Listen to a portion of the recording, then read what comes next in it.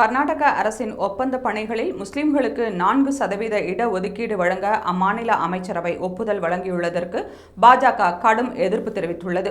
சமீபத்தில் கர்நாடக முதல்வர் சித்தராமையா தலைமையில் நடந்த அமைச்சரவை கூட்டத்தில் ஒப்பந்த பணிகளில் முஸ்லிம்களுக்கு 4% இடஒதுக்கீடு வழங்கும் சட்டத்திருத்த மசோதாவுக்கு ஒப்புதல் வழங்கப்பட்டதன் மூலம் பட்டியலின மற்றும் பழங்குடியின பிரிவினருக்கு ஒப்பந்த பணிகளில் இடஒதுக்கீடு வழங்கப்பட்டிருப்பதைப் போல முஸ்லிம்களுக்கு 2B பிரிவில் 1 கோடி ரூபாய் வரையிலான ஒப்பந்த பணிகளில் 4% இடஒதுக்கீடு வழங்கப்படும் என தெரிவிக்கப்பட்டது. இது குறித்து பேசிய பாஜக மூத்த தலைவர் ரவிசங்கர் பிரசாத், தனி தொகுதி, தனி பல்கலைக்கழகம் ஆகியவை நாட்டில் பிரிவினைக்கு வழிவகுத்துள்ளதைப் போல மத அடிப்படையில் இடஒதுக்கீடு வழங்குவது பிரிவினையை அதிகரிக்கும். வாக்கு வங்கியை மனதில் வைத்து காங்கிரஸ் எடுத்துள்ள இந்த முடிவு அரசமைப்பு சட்டத்திற்கு எதிரானது என்று தெரிவித்துள்ளார்.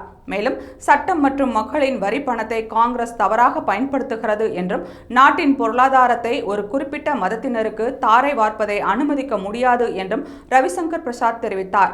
இந்நிலையில் இதுகுறித்து பேசியுள்ள கர்நாடக துணை முதல்வர் DK சிவக்குமார், அரசு ஒப்பந்தங்களில் 4% இடஒதுக்கீடு வழங்குவதற்கான மாநில அரசின் முடிவு முஸ்லிம்களுக்கு மட்டுமல்ல, அனைத்து சிறுபான்மை சமூகங்கள் மற்றும் பிற்படுத்தப்பட்ட வகுப்பினருக்கும் ஆனது என்று தெரிவித்துள்ளார்.